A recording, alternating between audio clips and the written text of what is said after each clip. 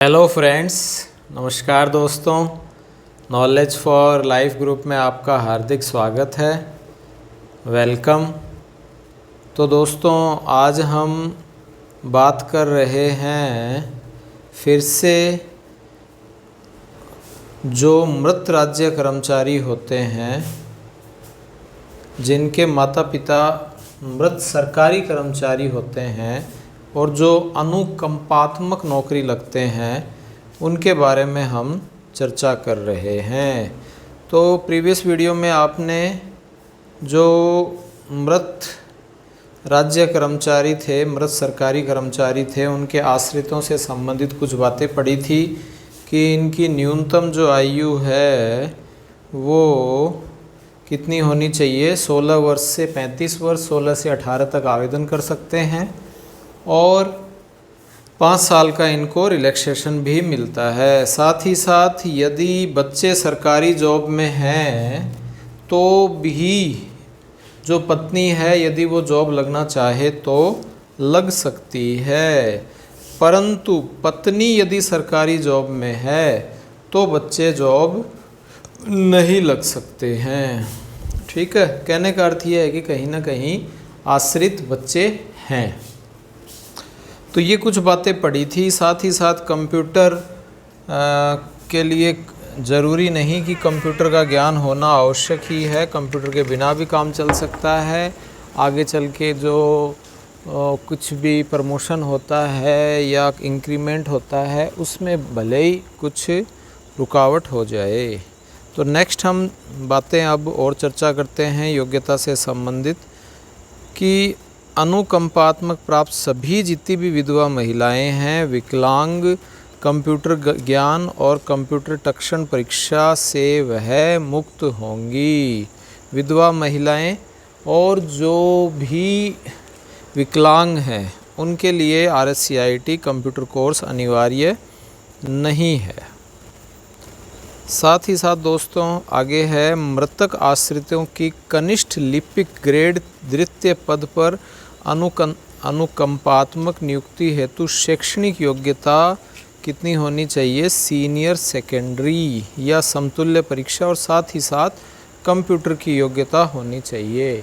यदि उसको second grade का यानी कि आपके LDC लगना है तो 12वीं होनी ही चाहिए।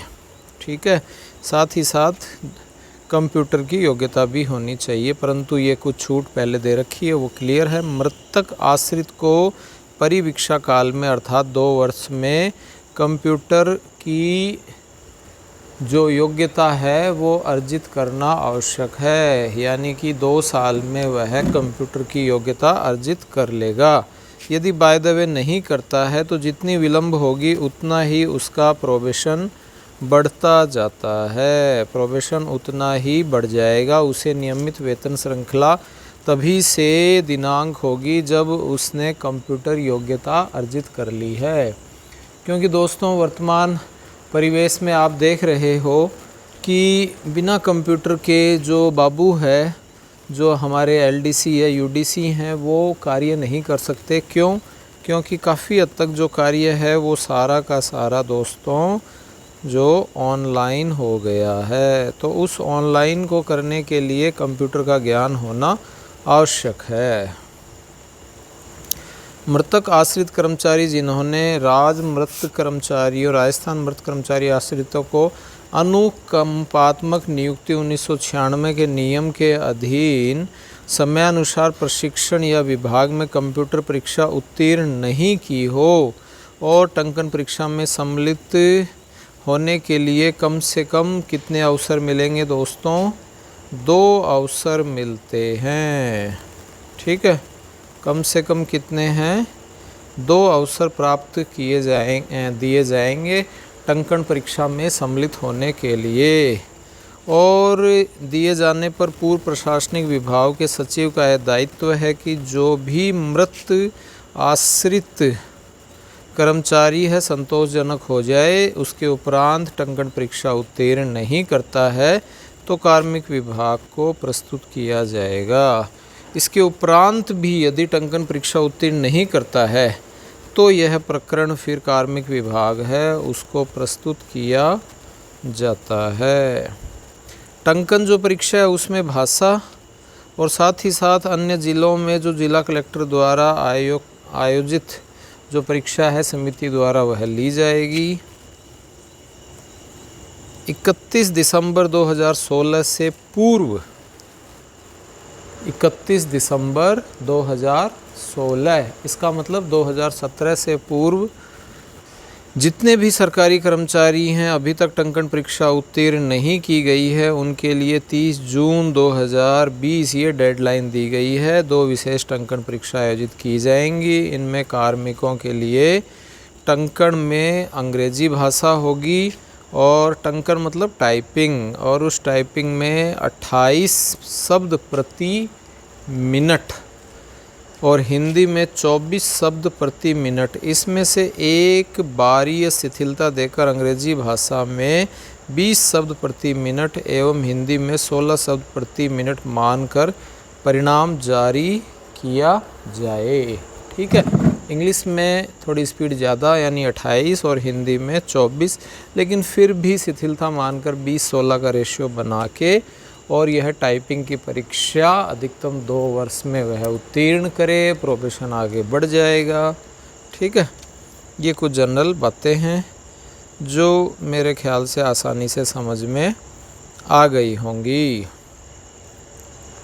31 दिसंबर 2016 है, उसके पश्चात कार्मिक वर्तमान में अपनाई गई जो भी कार्रवाई है उसके प्रचालन में रहेगी। राज्य कर्मचारी हैं उनके कर्तव्यों की पालना के दौरान वैध होने पर आश्रित की नियुक्ति आरपीएससी की आयोग की जो है समिति उसके अनुसार वेतन संख्या 11 से 12 यानी 3200 से 3600 रुपये तक नियुक्ति पर विचार किया जा सकेगा। ठीक है, 12वीं पास होना चाहिए और बड़ी से बड़ी जॉब एलडीसी है या आगे भी हम पढ़ते हैं या अन्य कोई जॉब के बारे में भी विचार हो जाए तो। चतुर्थ श्रेणी सेवा में नियुक्ति के विचार करते समय शैक्षणिक योग्यता की अपेक्षा से अभिमुक्ति दी जाएगी, यानी शैक्षणिक योग्यता उसमें अनिवार्य नहीं है। इन नियमों के अधीन किसी भी पद में एक बार कर दिए जाने पर आश्रित प्रसुविधा मान ली जाएगी और किसी भी परिस्थिति में अन्य पद पर नियुक्ति पर पुनः विचार नहीं किया जाएगा। तो ये दोस्तों आप ध्यान रखें, एक बार जो जॉब मिल गई चाहे वो एलडीसी की हो और चाहे वो 4th क्लास की यानी चपड़ासी की जॉब हो, ठीक है, तो वह जो जॉब मिलने के बाद में चतुर्थ श्रेणी कर्मचारी की मिल गई तो उसके बाद में विचार नहीं किया जाएगा।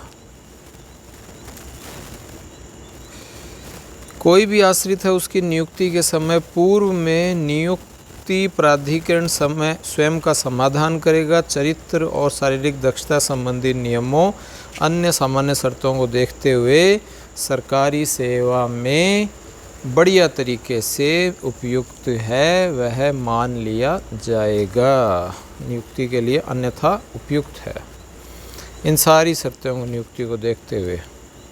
ठीक है, मृतक कर्मचारी के आश्रितों कनिष्ठ लिपिक पद पर नियुक्ति हेतु आपको बता दी 12वीं पास, साथ ही साथ कंप्यूटर कोर्स अनिवार्य होगा।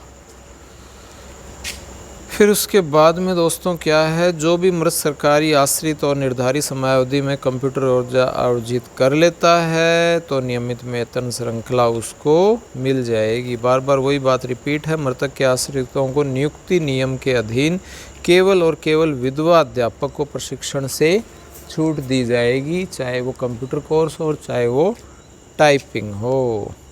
2 से अधिक संतान हो गई तो भी मृतक विधवा पर यह लागू नहीं होगा। ये पीछे भी बात शायद कर ली थी अपन ने, फिर से स्पष्ट हो गई होगी। पंचायती राज में मृतक अध्यापकों के आश्रितों को अनुकंपात्मक नियुक्ति दिए जाने के निर्देश, ये नियुक्ति दिनांक सहित आश्रितों को विधवाओं को कनिष्ठ लिपिक के पद पर नियुक्त करने के लिए टंकन परीक्षा में छूट, ये लेखा विज्ञ है।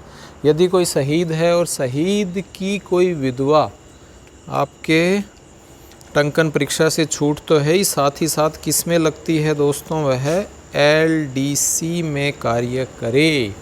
एलडीसी में यदि लगे तो दोस्तों वह आसानी से लग जाएगी और उसको टाइपिंग और कंप्यूटर का ज्ञान हो न हो चलेगा।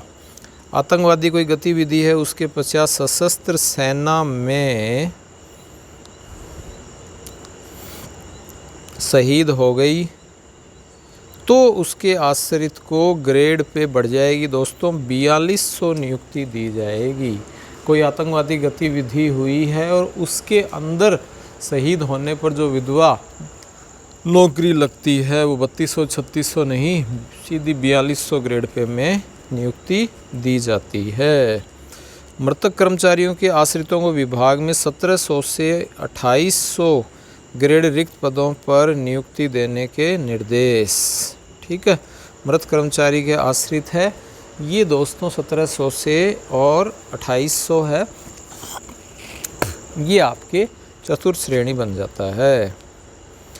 मृतक कर्मचारी के आश्रित को कंप्यूटर योग्यता प्रोबेशन ट्रेनिंग में टंकन में अधिकतम कितने वर्ष हैं, 3 वर्ष में वह उत्तीर्ण कर लेनी चाहिए।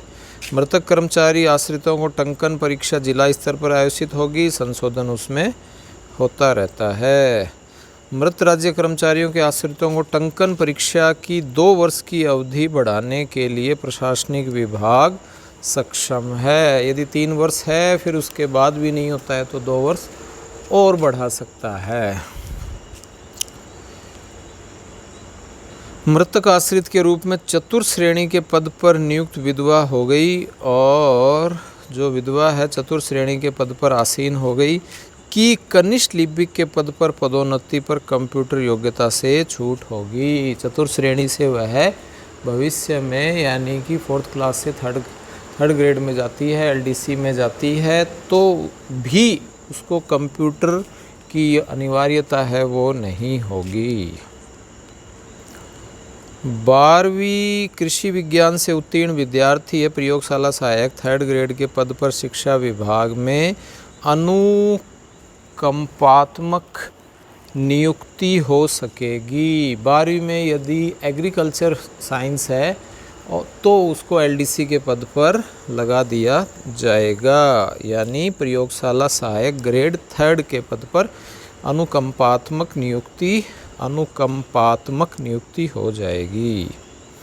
ठीक है दोस्तों, मृतक कर्मचारी के आश्रितों को लेवल 1 से 9 यानी 2800 तक जीपी जो है वो 1 से 9 नियुक्ति ड्यूटी के दौरान बंद हो जाए तो लेवल 10-11 यानी 3600 से 4200। इसमें भी देखिए दोस्तों पेज है, मृतक कर्मचारी है उनके आश्रितों को लेवल 1 से 9 तक माना जाएगा यानी 2800 तक, यानी आपके चतुर्थ श्रेणी 4th क्लास में। लेकिन नियुक्ति के दौरान यदि वध हो जाता है, मृत्यु हो जाती है, तो उनको 3600 से 4200 में नियुक्त होगी।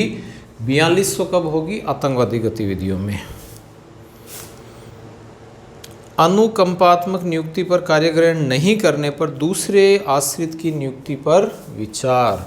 आश्रित जो अनुकंपात्मक नियुक्ति पर कार्य ग्रहण नहीं करता है तो दूसरे आश्रित की नियुक्ति के लिए विचार किया जा सकेगा।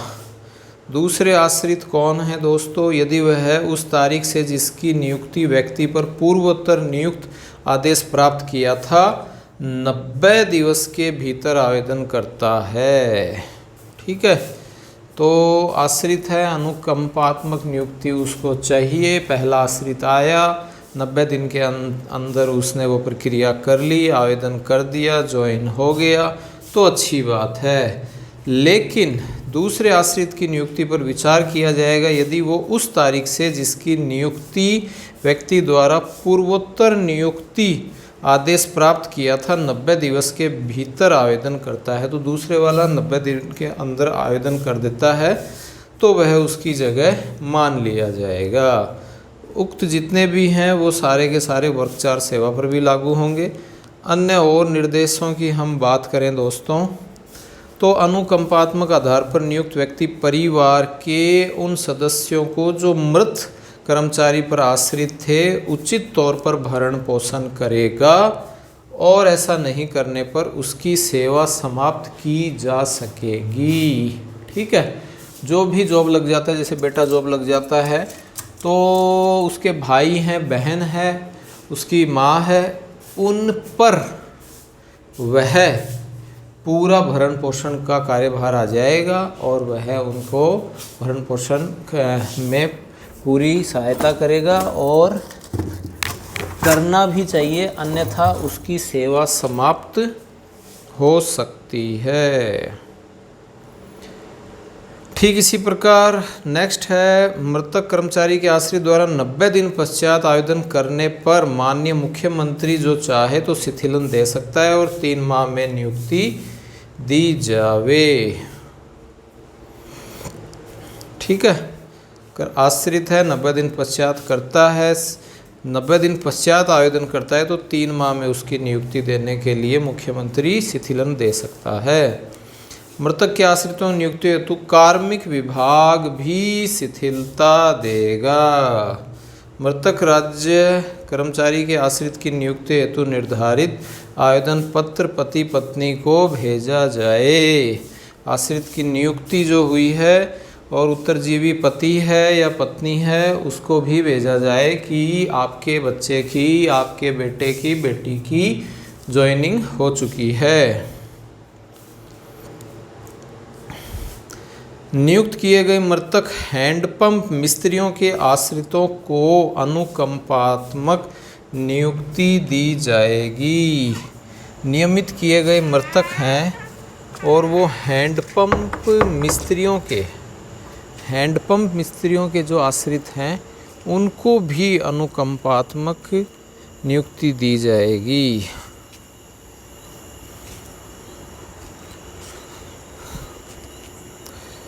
नेक्स्ट है दोस्तों, मृतक कर्मचारी के आश्रित को परिवार पेंशन पर जो प्रोबेशन काल है उसमें फिक्स मानदेय के साथ महंगाई के राहत के समान अनुग्रह भत्ता दिया जाएगा। महंगाई भत्ता भी उसमें शुरू हो जाएगा, यानी डीए दिया जाएगा।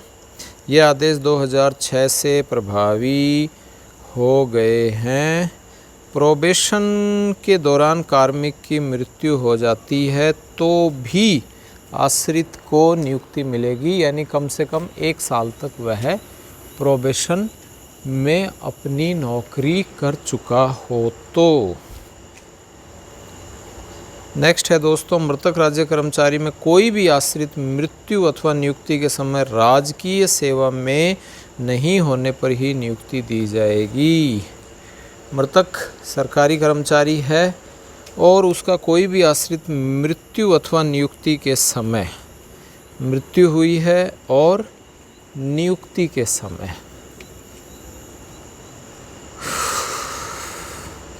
राजकीय सेवा में नहीं होने पर ही नियुक्ति दी जाएगी। तो ये बात ध्यान रखें, राजकीय सेवा में नहीं होना चाहिए, तभी मृतक सरकारी कर्मचारी का आश्रित, कोई भी आश्रित मृत्यु अथवा नियुक्ति के समय, जब मृतक कर्मचारी की मृत्यु हुई थी या नियुक्ति हुई थी उस समय राजकीय सेवा में नहीं होना चाहिए, तो ही नियुक्ति, नहीं होने पर ही नियुक्ति दी जाएगी। नेक्स्ट है दोस्तों, मृतक सरकारी कर्मचारी परिवार पेंशन महंगाई राहत भत्ते जो लाभप्रद है वह है दे होगा, फिर से रिपीट हो रहा है। यह सारे के सारे नियुक्ति नियम वर्क चार्ज पर भी लागू होंगे और नगर विकास और आवासन विभाग के अभियंताओं के आश्रितों को नियुक्ति के निर्देश भी जारी कर दिए गए हैं। साथ ही साथ मृतक कर्मचारी के आश्रितों को नियमित नियुक्ति, दक्षता परीक्षा, वेतन वृद्धि हेतु स्पष्टीकरण ये भी देने पड़ेंगे। वेतन वृद्धि जो भी कर्मचारी दक्षता परीक्षा है, कुछ छूट है वो है ही। कोविड के कारण लॉकडाउन में मृतक कर्मचारियों के आश्रितों को टंकण परीक्षा 30/9/2020 तक आयोजित करने के निर्देश हुए हैं। कोविड के कारण किसी की हो गई थी और फिर वो आश्रित जो लग गए थे उनको टंकण परीक्षा के लिए यह बताया गया है। नेक्स्ट है दोस्तों, मृतक कर्मचारी के आश्रितों को नियुक्ति हेतु विभाग में पद रिक्त नहीं हो तो आवेदन पत्र तुरंत कार्मिक विभाग को भिजवाया जाए। विभाग में पद रिक्त नहीं है तो भी कार्मिक को भिजवाया जाए। तो आई होप दोस्तों ये जो आपको जो मृत राज्य कर्मचारी हैं उनसे संबंधित जहाँ तक हो सके मैंने लगभग सारे के सारे पॉइंट्स आपको समझाने के प्रयास किए हैं। फिर भी यदि कोई पॉइंट्स नए समझ में आया हो तो कमेंट करके बताएं।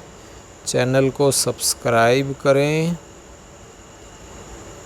ठीक है, और लाइक करते हो तो लगता है आपने वीडियो देखा है और अच्छा भी लग रहा है, और किसी भाई के बहन के किसी और अन्य जानकार के काम आए तो चैनल को आप शेयर भी करें। तो दोस्तों थैंक्स फॉर वॉचिंग। खुश रहिए, आबाद रहिए, मस्त रहिए।